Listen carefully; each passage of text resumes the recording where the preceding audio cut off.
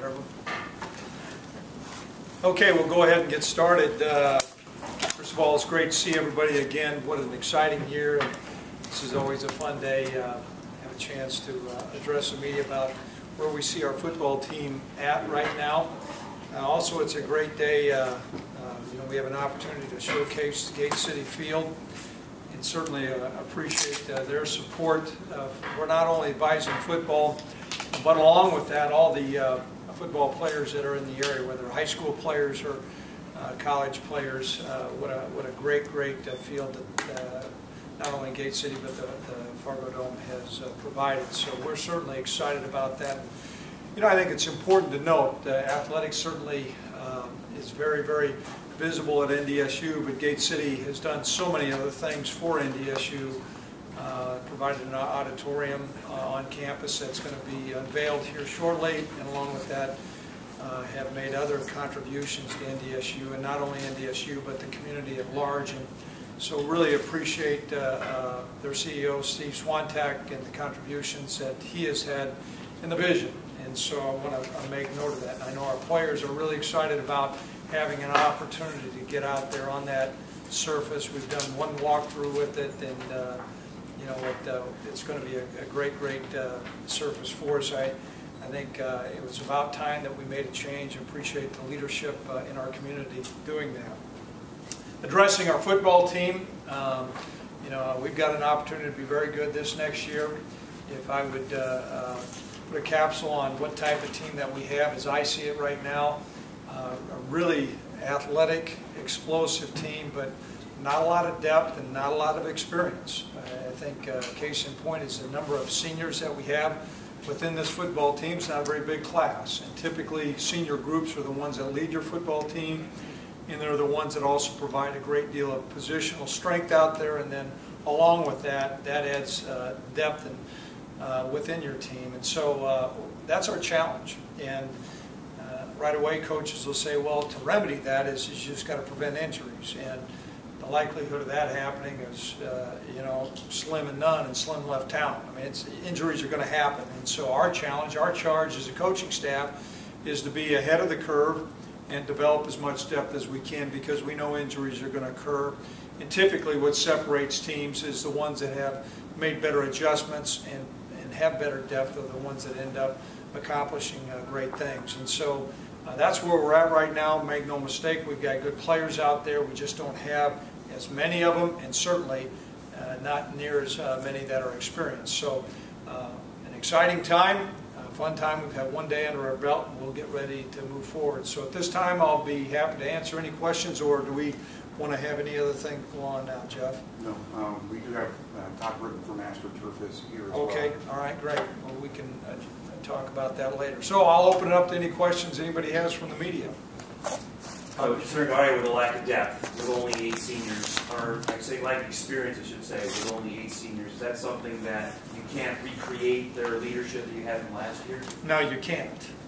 There's something with wisdom and experience. So the number of years that those guys had under their belt, handling adversity and change and team chemistry and all those things, you cannot recreate that. What we've got to have is the seniors that we have on our team right now need to really take an active role, as that when you have about basically half as many as what you had before, double duty time as far as their leadership responsibilities. And then along with that, Dom, just to develop the leadership within your other classes, whether it be a junior class, a sophomore class, and even things down to the senior class. And that's where character really comes into play. And we've addressed that. The proof's going to be in the pudding as we encounter some adversity. We've got good players, and not only good players, but I think good leaders that are underclassmen. And what they have to recognize is their charge is different this year. Going in, all of a sudden, Brock Jensen needs to look around and say, okay, you know what? Even though I'm not a senior, I'm a pretty seasoned player here. As I step into the huddle, a lot of guys are going to be looking at me, whether Brock or Ryan Smith or Marcus Williams, recognized names who played in a lot of big games and won a lot of big games. And so their role has begun to change already, Don. As a coach, do you push the younger kids to step up and get that leadership role? We do, but that's hard to recreate as well. I mean, some of it is it's tough when you're the big brother. You're the big brother, and next thing you know, when big brother's not around, what do you do? And so we're going to do some things during fall camp to help that. We've done some things in the off season. Our strength and conditioning coach, Jim Kramer, has done a lot with that. And you know, my role as a head football coach is to provide leadership, and leadership comes about in many different ways. It's just not on performance on the field. It's the attitude off the field. It's the attitude in the locker room, and those are things that I'm charged with as well. What do you think your running back depth? It's deep. You know, I think it's deep. John Crockett is out there. We're hoping that we'll get an answer on his eligibility very quickly, but things look promising there, Jeff. I would say very promising. And so, you know, between you know, Sam, along with Lang, Marcus, or Matt Jones, and then you know, we had Dinwiddie's in there also, and then John Crockett. I think that there's more depth than what we've had. Do you expect Crockett to contribute, even though he hasn't played in almost 3 years now? We'll see, but that's a position, Jeff, probably more so than any other position that is not as technical as a lot of other positions, and so a lot of times natural ability comes into play. You know, Pat Paschal was a guy that was certainly didn't have, well, he probably had the same situation that John had, and Pat, while he didn't play, I think he played a little bit in the first game. You know, he had a pretty significant contribution in his first year. He is a kind of an interesting recruit, though, isn't he? He was so highly touted from out of high school. But what's your curiosity level? Because you really haven't seen him play either. No, haven't. You know, I remember him in high school. He played with Tino Grace. He was I don't know if he was a top player in Minneapolis, St. Paul. If he wasn't the top player in Minneapolis, St. Paul, he was one or two. A lot of times recruits are bust. Sometimes they turn out to be great players. I can tell you this, I personally have appreciated his resolve, his resiliency. There's a lot of people that say, you know what, you can't make it, you don't belong in college. You know, you can write a book on all kinds of adversity that everybody's gone through. He's gone through a lot of adversity, and so for him to write to be at the brink, it says a lot about his character. And so excited about seeing what he can do athletically. Coach, you lost a lot of playmakers. Is there an emphasis in fall camp to identify some playmakers for Brock? Well, without question, that's important for us. And how we do that, there's a balance. Sometimes the best way to reveal playmaking is to do a lot of live work. On the flip side, it's kind of a double-edged sword. The amount of live work you do, the occurrences of significant injury go up. I wouldn't say exponentially, but I would say significantly. And so you really guard yourself as far as how much full contact work you do. But without question, we've got to develop a lot of go-to guys. And big plays come into play. You know, when you saw Warren Holloway go down the field and stretch the zone, well, wow, he made a lot of big plays. But the byproduct of that was all of a sudden the running game began to open up. You didn't see as many 9-man boxes. And so not only with receivers but other players. And I certainly we appreciate the skill players because those are the guys that are more noted. But when you lose Paul Kornick, Austin Richards, that component of the offensive line, those were two really solid rocks in there. And so we're going to work our tails off to develop not only depth, but just a couple starters at that position. And one of those guys got hurt yesterday, Anthony Boy. You know, I think they did some surgery on his wrist last night, and he'll be in a cast for a couple of weeks. So that's some information right there. Pins go down right away. All these other things I say, nobody pays attention to that. Now Dom's writing stuff down. What part of the game are you most confident in right now with your roster? I would say our defensive front.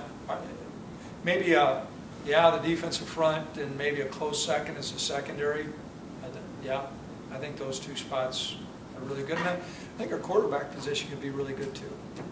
Can you talk a little bit about that secondary and the impact that Marcus Williams has? Well, he's a game changer. Anytime you see a guy in a Big Ten football game score twice on defense, that's a hard feat to do, and that just doesn't happen when he's returning the kickoff for a touchdown. What we did see was that teams begin to alter what they were doing as far as attacking us on defense. You saw fewer passes thrown his way, try to take him out of the game, and we certainly can leverage that. The real challenge for Marcus is to improve. You know, many times complacency can really be a challenge, and but Marcus so far has really been a self-starter, and so we'll need to leverage his strengths without question. When you have a guy that can play man-to-man the way he can play, that changes a lot of your ability to do different things on defense. And so we're excited about having Marcus, and moreover, not just his ability out there, but his presence. He's now a vet. He's now a guy that a young freshman looks up to. He's now a guy who a guy like Andre Martin, who transferred from Northern Iowa, all of a sudden comes in and is welcomed. And Marcus is welcoming competition. And so Marcus is going to have a big impact, not only with his ability, but his leadership as well. He's shuffling the linebackers, sticking with the same thing out of spring. We're really shuffling right now. You know, Grant Olson will probably miss a couple days. Yesterday, he suffered a concussion, and so it's a little bit of musical chairs. And you know, while it seems like okay, a linebacker is a linebacker is a linebacker, there's significant differences between the Sam, Mike, and Will. It's a complicated position in the Tampa too, and I know Coach Standard's working really hard to come up with the best combination. Without question, Carlton Littlejohn, Grant Olson, and Travis Beck are all three really solid players. We don't have a lot behind them, and trying to find out, okay, if one of those guys goes down, what's our next plan B? Because there's going to come a time when one of those guys goes down. You know, it's unrealistic to say they're all going to be okay. Coach, I know you get asked this question all the time, but with the depth problem, do you not redshirt as many kids as you'd like? That's a great question, and the answer is we're going to take a hard look at some of those guys. The way we decide on who redshirts and who doesn't, first of all, whoever can help our football team right now, we're going to play them. And a couple different factors play into that. First of all, their physical ability. That certainly comes into play, whether they have enough ability to win the Missouri Valley Conference. We put them out there. Are they athletic enough to win the Valley? Is there a positional need? Sometimes there's not. They can be good, but there's not. And that's where we hope to be in more often than not. And then the last part is their emotional maturity. We may have a positional need.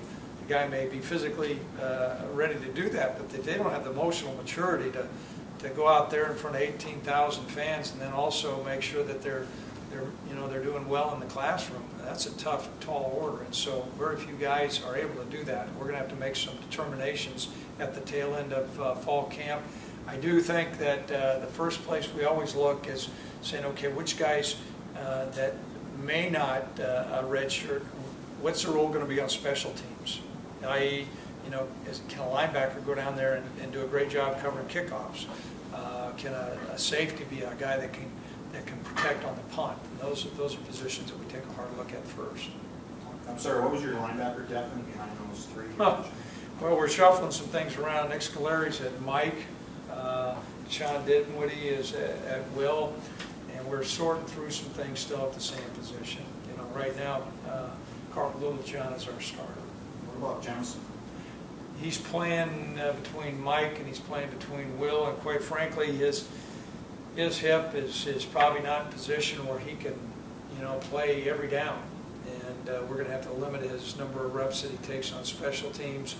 He had some off-season surgery, and he's able to be functional, but for him to take the number of reps, Jeff, it's just not going to happen. We're planning according to that. And was that as significant as his hip a year ago? Same thing, but different hip. Coach, talk about your offensive line again. You mentioned losing two starters and having that core have to regroup. Who are you looking to step up on? Questions are offensive line, that core group losing two starters. Jeff Derby's coming back, and so we're excited about him taking a look at the right tackle spot. Over at the guard spot, Josh Colville was a guy that we had redshirted. He's from Minnetonka High School. We're taking a look at him. As I mentioned earlier, Anthony Boy, slated to get some repetition. He'll be out for a couple weeks with that cast. I think he had surgery last night, and so that's kind of where we're at. How are your replacements, Voigtlander and Jasper? Good. I coached the place kickers and the punters. That's one of them. Yeah. I did call a fake punt too. You know what? Adam Keller was a redshirt he's going to be a redshirt sophomore now. He's a place kicker. He's shown some good things out there in practice. Ben McComp is our punter. Ben had a really good day yesterday. Voigt had such a powerful leg, but you may not, it'd be similar to like a guy hitting a drive, that sometimes it's right down the middle and then other times you'd spray it all over. Voigt was that way, but sometimes even if we sprayed it, he hit it so far it helped. Where the year before, Prilovitz was a pinpointed punter, and I think you'll find that LeComp will be that way. I feel really comfortable with where he's at. We're still evaluating Adam. He's showing good signs out there, but until the lights are on and you're having to kick in front of a crowd, that's a little bit different. And then the other thing we're grappling with is the new kickoff rule. That's changed, and so how we work with that. Wide receivers is something where you have a lot of flash that hasn't seen a lot of actual playing time. Zach Rosman hurt, Trevor Gebhardt was hurt last year. Your only real known quantity is Ryan Smith. How concerned are you in that position? Well, we're concerned. We feel like we've got competent people there. Cooper Wall is another guy, Dom, that has shown signs of being really, really good. Had a great catch yesterday. But, we played several times. We'll play with 3 wide receivers out there. And so, good ability, it's just unproven. Some good things in practice, but have they really done it a lot? Zach Ross done some good things in the game, but not very many. So showing good signs yesterday. Is that a spot where a true freshman could get some serious looks? No, I would say of the guys that we got out there, probably not. Not right now. That could change, but I don't see those the other 2 guys jumping ahead of Zach and Trevor or Cooper. I don't see it unless injuries come into play. Did you have everyone show up that you were expecting to, Coach? Yep, Tank. Yeah, we did. Yep, they're all there and accounted for. You're talking about a lot of decisions to be made, a lot of things that you're looking at. How are you feeling right now? Well, I would think at one time I wasn't a very good multitasker, but to be a head football coach, that's what you have to do. There's a lot that goes on, but we've got a really good program.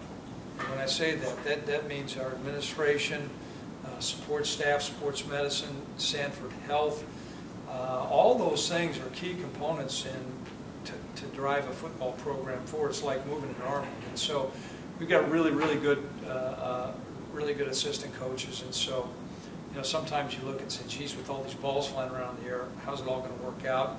It's really typically no different than any other year, just a lot of moving parts. What about your confidence for the team this year, though? We got all those open decisions still. Our confidence in our football team? Yeah, your confidence in the football team. I have a lot of confidence. We've got a good football team.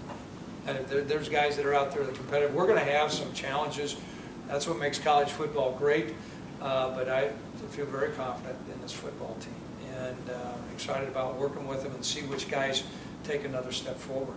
Coach, you got a target on your back being a national champion, but talk about the conference. Oh, I think the conference, we've thrown out the whole national scene. If you talk to our players, they really value the Missouri Valley Conference. That's what we're really shooting for. What we have found is let's deal with that once we get through conference play. Typically, we've fared very well if we're fortunate enough to get playoffs, but it's a bear to get through conference play. And so, without question, as I voted on that preseason ballot there's a lot of really good teams that are vying for top spots. And so we recognize the competitiveness of the Valley, and we're looking forward to the competition. We're not even thinking about anything nationally. We're thinking strictly about Valley. When I worked in the cities, I met Lou Holtz. Lou Holtz told me 3 things you take on the road with you on a road trip. DDS, discipline, defense, special teams. Would you agree? Well, I can do a pretty good impression of it. Maybe you've heard it in here before. I'll tell you what. Get the list right. Get the list right. We're going to win on defense. There's pretty good. Thank you. There are certain, I think there's certain components of football. You know, my mentor was Tom Osborne, and he was able to have a program that had a great deal of consistency. And you know, you better be really good on defense, stop the run. You better be able to run the football and control turnovers. And along with that, I think it certainly comes discipline, and then you need to be able to go on the road and win games. It's much easier to win in your home confines, but when you're on the road and you're dealing with adversity and unfamiliar surroundings, that's where leadership comes into play, and that's where your playmakers at that time really need to step forward. My impression is that we're well suited, but once again, we recognize the rigors of Valley play. Usually something that's unusual and unpredictable can and usually does happen. Yes? First of all, that's a beautiful new playing surface you have up there. Thank you very much. But losing thanks, Gate City, right over there. But losing that old artificial turf, do you think that kind of puts you on an even plane? No, that was cruel and unusual punishment. My back used to kill me coming off that. Maybe every once in a while, I think some players said, geez, what is this? You know, a lot of our older coaches, we grew up on playing on stuff like that, but I don't think so. I think AstroTurf, that surface was an outdated surface, and so we really appreciate where we're at. Yeah. The defense was so good, Coach, last year. I mean, with forcing turnovers, not allowing many points. Is it realistic to think that you guys can be as good this year? Or is that almost something that you don't even think about because it was so good last year? Well, the great thing was those guys got better as we got into the playoffs. That's a high bar to set. The encouraging thing is those guys that are playing now realize some of the discipline and sacrifice that went into becoming that great a defense. You know, there's a lot of components that went into our numbers, our scoring defense. We were #1 in the country in scoring defense, which is the #1 statistic you look for, but our yardage at time wasn't great. And so some other components went in there. Our kickoff coverage was great. Our net punting was really good. So we leveraged that with great field position. And we'll need to do that again as well. This year's defense will have a different, a little bit different tinge to it. I think we're deeper at some spots. So, as I mentioned earlier, our secondary, first day of one-on-one, I think our secondary is really solid. And we had maybe some question marks last year. And I think our defensive front can really be good. If you're good at the defensive front, particularly tackles, and if you're good at the corner spot, you can do a whole lot of other things. So my answer is our bar is high.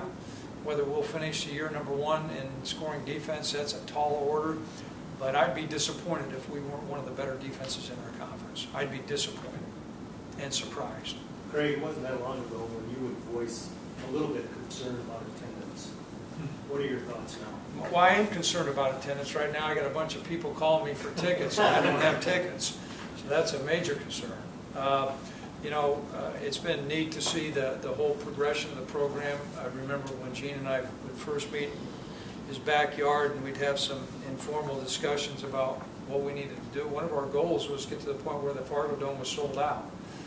And so we've reached that, and you know, I think that that's a collective effort by a whole lot of people. Certainly our marketing department has done a great job in showcasing the program. I think certainly this area you know, is a vibrant, growing area, and that helps in the level of competition and the product we put on the field. And so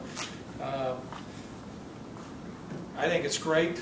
It's certainly super, but right now, as a football coach, you're focusing on what's on between those white lines, and so I just know I got relatives calling me for tickets and I don't have answers for them. So that's just another on my to-do list right now.